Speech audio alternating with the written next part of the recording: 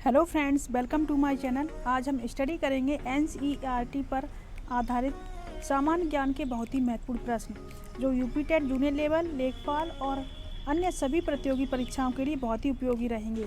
तो आज का पहला प्रश्न है, कार्बन डेटिंग का प्रयोग किसकी उम्र निर्धारित करने के लिए किया जाता है? इसका राइट आंसर है ऑप्शन 3, फॉसिल्स। फॉसिल्स की उम्र निर्धारित करने के लिए कार्बन डेटिंग का प्रयोग किया जाता है। प्रश्न की व्याख्या करेंगे। कार्बन डेटिंग द्वारा फॉसिल्स की आयु गणना की जाती है।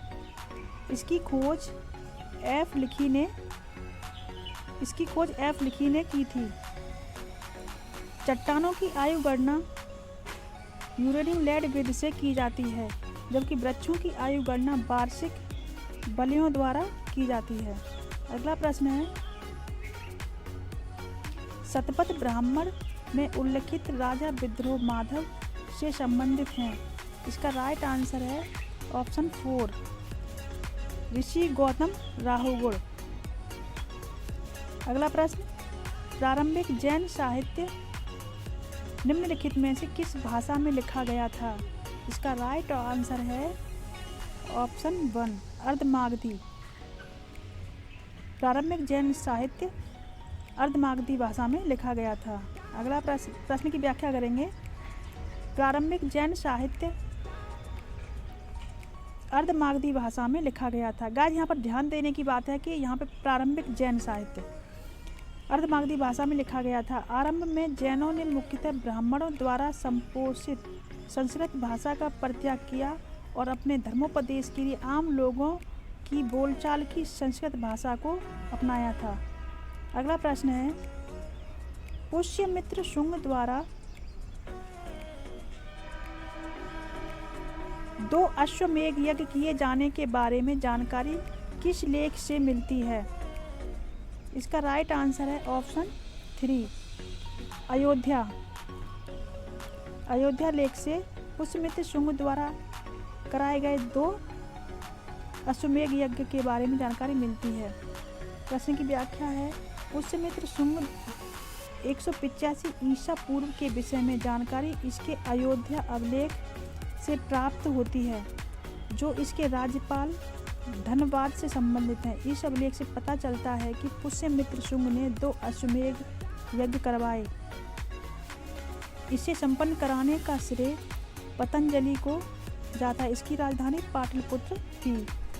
अगला प्रश्न, निम्नलिखित चोल शासकों में किसने बंगाल की खाड़ी को चोल झील, बहुत ही महत्वपूर्ण प्रश्न है, चोल झील का स्वरूप प्रदान किया? इसका राइट आंसर है ऑप्शन 2, राजेंद्र प्रथम। राजेंद्र प्रथम ने बंगाल की खाड़ी को चोल झील का स्वरूप प्रदान किया था। प्रश्न की व्याख्या है, राज प्रथम की मृत्यु के बाद उसका योग्यतम पुत्र राजेंद्र प्रथम यानी कि राजेंद्र प्रथम के पिता राजराज प्रथम थे।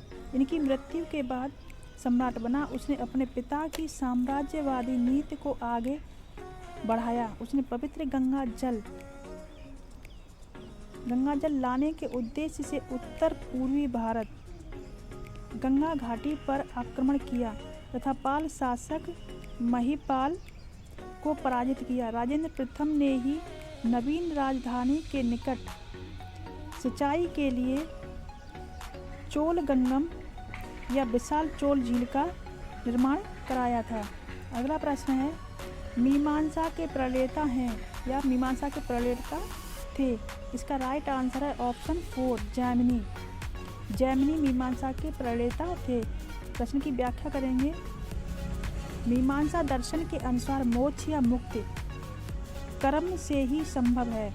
यह दर्शन कर्म को ही महत्व देता है, जो अपनी शक्ति से ही फल देने में सक्षम है। मीमांसा दर्शन का प्रधान लक्ष्य कर्म की महत्ता का प्रतिपादन करना है। मीमांसा दर्शन के प्रणेता जैमिनी थे। इस दर्शन के प्रवर्तक वेदों को शाश्वत मानते हैं। अगला प्रश्न है, निम्नलिखित में से किसने अब्बासी खलीफा की प्रभुता को अस्वीकार कर दिया और स्वयं को खलीफा घोषित किया? इसका राइट आंसर है ऑप्शन 2 कुतुबुद्दीन मुबारक।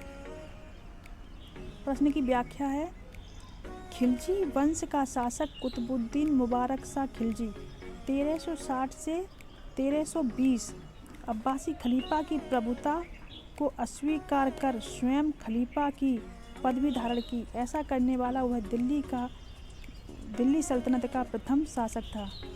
अगला प्रश्न, निम्नलिखित शासकों में से कौन अफगान मूल के शासक थे? इसका राइट आंसर है ऑप्शन 4 लोदी।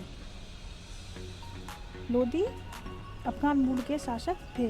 प्रश्न की व्याख्या करेंगे, दिल्ली की राजगद्दी पर अफगान शासकों का सही क्रम इस प्रकार है, बहलोल लोदी, उसके बाद सिकंदर लोदी, उसके बाद इब्राहिम लोदी।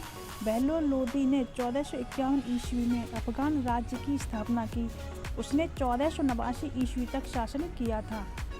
अगला प्रश्न है, निम्नलिखित में से किस संत को चिराग ए दिल्ली कहा जाता है?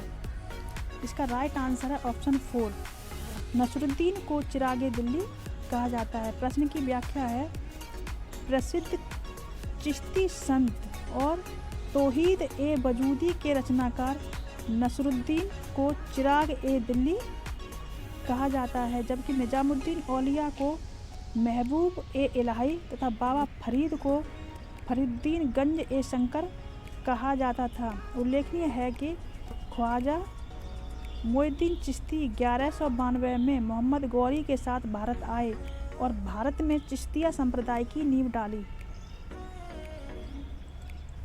तो फ्रेंड्स, ये थोड़े से प्रश्न थे, जैसे भी आपको लगे हो कमेंट जरूर करें।